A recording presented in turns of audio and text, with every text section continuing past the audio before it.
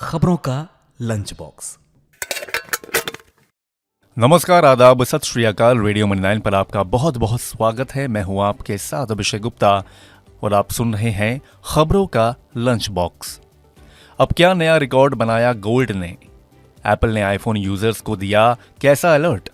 DTC bus से सफर करने वालों को मिली क्या खुशखबरी? बताएंगे आपको। और इसके अलावा भी होंगी बिजनेस और पर्सनल फाइनेंस से जुड़ी कई और बड़ी खबरें।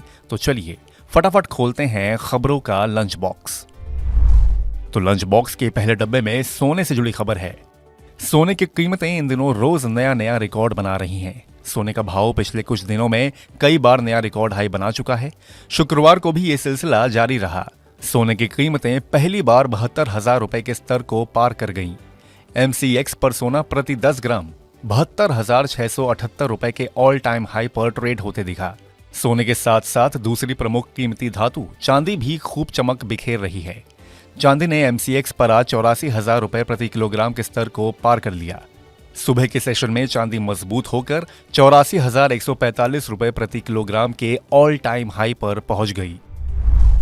खोलते हैं लंच बॉक्स का अगला डब्बा। भारतीय रेलवे यात्रियों के लिए एक सुपर ऐप डेवलप कर रहा है। ये सुपर ऐप लोगों को रेलवे की सारी सर्विसेज एक ही जगह मुहैया कराएगा। इससे यात्रियों को बहुत ज्यादा आसानी होगी। तकनीकी रूप से ये काफी एडवांस होगा और लगभग सभी सेवाओं को एक ही जगह लाने का काम करेगा। इसके जरिए आप टिकट बुकिंग और ट्रेन की ट्रैकिंग जैसे कई सारे काम तो एक ही जगह कर ही सकेंगे। रेल मदद, UTS, सतर्क, TMS निरीक्षण, IRCTC एयर और पोर्ट रेड जैसी अलग अलग ऐप्स की सेवाएं भी इसी सुपर ऐप में मिलेंगी। लोकसभा चुनाव 2024 से पहले ही इसे लॉन्च किया जा सकता है। अगर आप दिल्ली की DTC बसों से सफर करते हैं तो आपके लिए एक गुड न्यूज है। दरअसल DTC ने पूरी दिल्ली में व्हाट्सएप के जरिए बस टिकट बुकिंग शुरू कर दी है। ये मोस्टली DMRC के टोकन जैसा ही है। इसके लिए आपको व्हाट्सएप के चैट बॉट का इस्तेमाल करना होगा। टिकट बुक करने के लिए यात्री को 8744073223 इस नंबर पर मैसेज कर हाई लिखकर भेजना होगा। इसके बाद आपके पास लैंग्वेज ऑप्शन आएगा। इसमें हिंदी और इंग्लिश के ऑप्शन पर टैप करना होगा। फिर टिकट बुक करें, डाउनलोड करें और भुगतान करें जैसे 3 ऑप्शंस दिखेंगे। अब आपको टिकट बुकिंग पर क्लिक करना है। इसके बाद कहां से कहां तक जाना है और किस बस रूट से जाना है उसका चुनाव करना है। अब AC या नॉन AC बस का ऑप्शन दिखेगा। इसके बाद कितने टिकट चाहिए वो सिलेक्ट करें। UPI या कार्ड से पेमेंट कर दें और फिर अपना टिकट डाउनलोड कर लें। व्हाट्सएप पर खरीदा गया टिकट उस टिकट पर दिए गए समय तक ही वैध रहेगा, ये ध्यान रखें।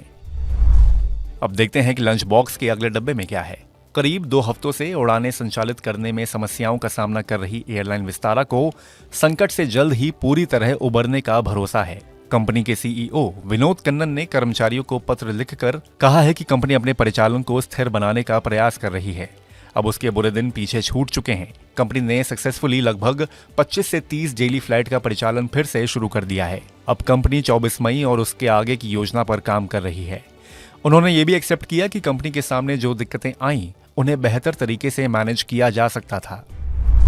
अगर आप आईफोन इस्तेमाल करते हैं तो ये खबर आपके लिए है।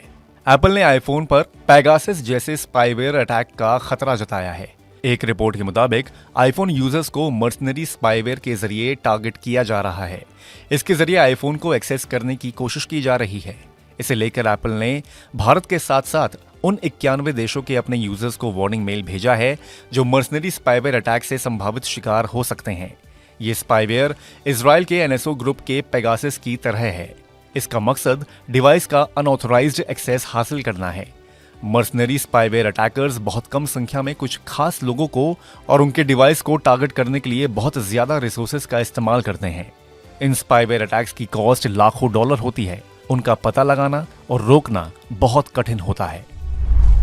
अब खोलते हैं लंच बॉक्स का अगला डब्बा। टेलीकॉम कंपनियां मोबाइल सर्विस के अलग अलग प्लान्स का टैरिफ बढ़ाने जा रही हैं। एंटीक स्टॉक ब्रोकिंग की रिपोर्ट के मुताबिक इस साल मोबाइल सर्विस के टैरिफ में 15 से 17% की बढ़ोतरी की जा सकती है। वहीं जियो और एयरटेल अपने प्रीमियम यूजर्स को दे रही अनलिमिटेड डेटा को भी बंद कर सकती है। टैरिफ में बढ़ोतरी का फैसला जून-जुलाई तक कंपनियां ले सकती हैं। वहीं कुछ अन्य एक्सपर्ट्स का मानना है कि मोबाइल फोन सर्विस 20% तक महंगी हो जाएंगी। वहीं 4G के मुकाबले 5G सर्विस के लिए 5 से 10% तक ज्यादा चार्ज भी वसूला जा सकता है। इसी के साथ हम लोग आ गए हैं लंच बॉक्स के आखिरी डब्बे में। अब बाजार में ग्लो एंड हैंडसम नाम से कोई भी फेयरनेस प्रोडक्ट नहीं मिलेगा। कोलकाता हाईकोर्ट ने इसे बनाने वाली कंपनी HUL यानी कि हिंदुस्तान यूनिलीवर लिमिटेड को 1 महीने के अंदर हटाने का आदेश दिया है। कोर्ट ने ट्रेडमार्क नियमों के उल्लंघन के चलते ये फैसला सुनाया है। मामला 2020 का है, जब HUL ने पुरुषों के fairness brand men's Fair and Lovely का नाम बदलकर ग्लो एंड हैंडसम कर दिया था। ये नाम लोकल FMCG कंपनी इमामी की fairness brand fair and handsome के बिल्कुल मिलता जुलता था।